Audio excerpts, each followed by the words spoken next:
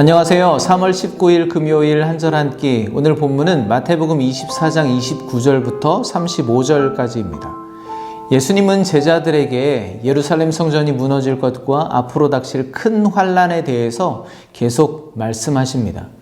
사실 우리는 예수님의 다시 오심, 재림과 종말에 대해서 수도 없이 들었기 때문에 별로 실감이 나지 않고 무감각해져 있을 수도 있는데요.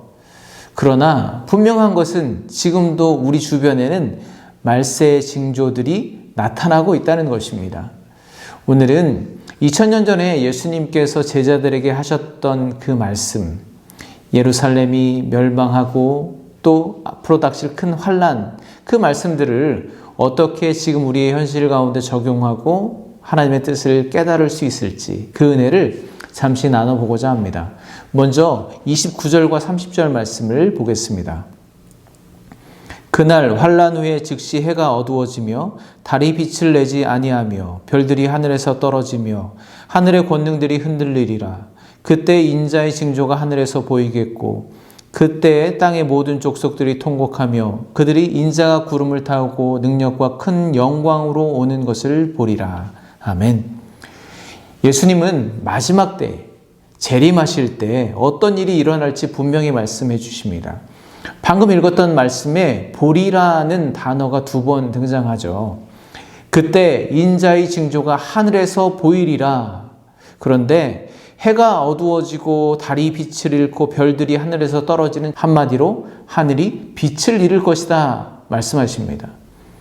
이것은 창조주 하나님께서 천지를 창조하실 때 첫날에 빛이 있으라, 빛을 먼저 만드시고 지금까지 운행하셨던 하나님의 창조의 섭리와는 반대되는 것이죠. 그리고 지난 17장이었죠. 예수님께서 변화산에서 그 용모가 변화되어 해같이 빛났던 그것과 또 대조적인 모습입니다. 즉 어두움은 창조주 하나님 섭리의 부재라고 할 수가 있겠습니다. 그러니까 심판은 다른 것이 아니라 하나님이 계시지 않는 것이 심판입니다. 하나님의 손이 우리를 떠나면 그것이 바로 심판이라는 것이죠. 한편 반대로 생각해 본다면 비록 우리가 사망의 음침한 골짜기를 다닐지라도 하나님의 손이 우리를 떠나지 않고 붙들어 주신다면 그것이 생명의 골짜기, 은혜의 골짜기가 된다는 것이죠. 이 세상의 종말은 구체적으로 어떻게 나타날지 알 수 없습니다. 그러나 단순히 어떤 외부적인 현상에만 국한된 것이 아닙니다. 영원히 변하지 않을 것 같았던 하늘의 권능이 흔들리듯이 세상 사람들이 가장 믿고 의지하던 것들의 가치가 완전히 흔들려 무너져 버릴 거라는 말씀입니다. 그게 돈이든 명예든 세상 사람들에게 마치 진리인 것처럼 또 신적 권위를 가진 존재로 여겨지던 그것들이 변함없을 거라고 믿어 의심치 않았던 것들이 가장 먼저 무너질 것이라고 말씀하시는 것입니다. 예루살렘 성전처럼요. 32절 33절을 보겠습니다. 무화과 나무의 비유를 배우라. 그 가지가 연하여지고 잎사귀를 내면 여름이 가까운 줄을 아나니 이와 같이 너희도 이 모든 일을 보거든 인자가 가까이 곧 문 앞에 이른 줄 알라. 아멘. 예수님의 재림은 몇 년, 몇 월, 며칠에 임할지 아무도 모릅니다.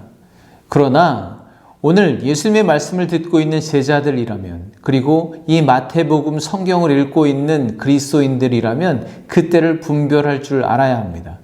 예수님은 그때를 어떻게 분별할 수 있는지 아주 간단한 비유를 말씀해 주시죠. 무화과 나무의 가지가 연해지고 잎사귀를 내면 여름이 오는 것을 알 수 있는 것처럼 재림의 때도 그렇게 알 수 있다는 말씀입니다.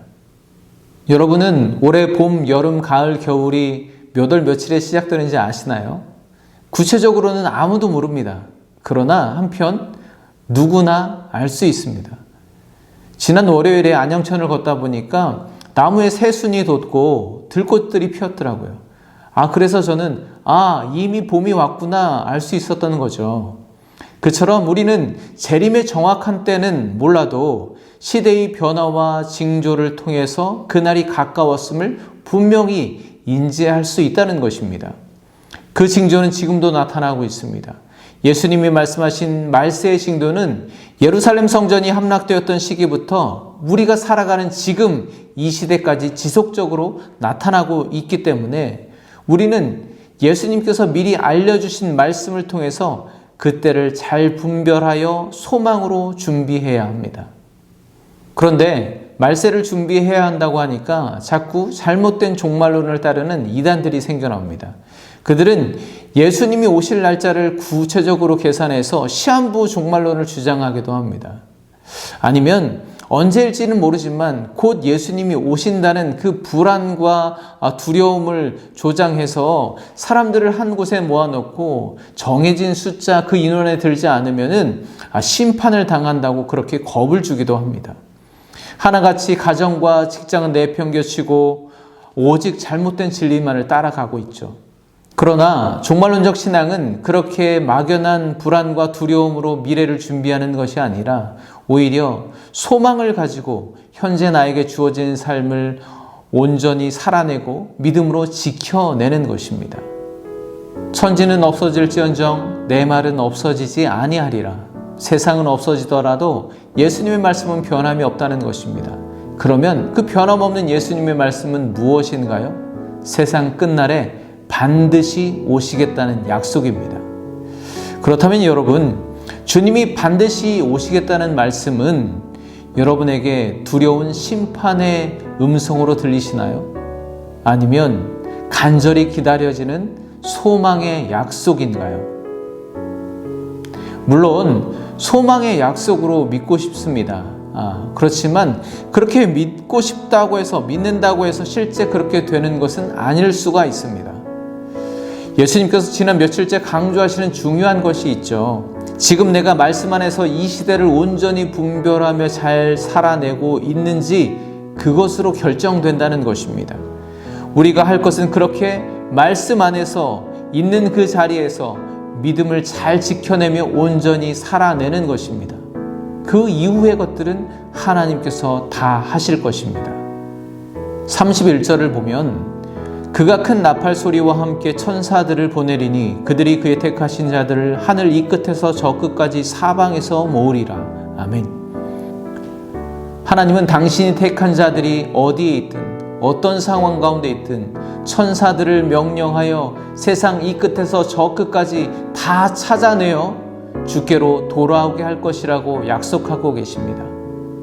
여러분, 하나님의 심판 아래 온 세상 모든 민족들이 그 두려움과 공포 아래 떨고 있을 그때에 하나님의 천사들을 온 땅 사방에 보내셔서 미리 택하신 성도들을 불러 모아 구원하시는 그 장면을 상상해 보십시오. 그 은혜가 얼마나 기가 막히도록 감격스럽습니까? 우리는 시대를 분별할 수 있는 지혜가 필요합니다. 그러기 위해서는 이미 말씀하신 주님의 말씀을 기억하며 오늘 우리에게 주어진 하루의 삶도 믿음 가운데 온전히 살아내기 위해 노력해야 합니다. 주님 오실 날이 가까울수록 더욱더 주의 말씀에 가까이 나아가야 할 줄로 믿습니다.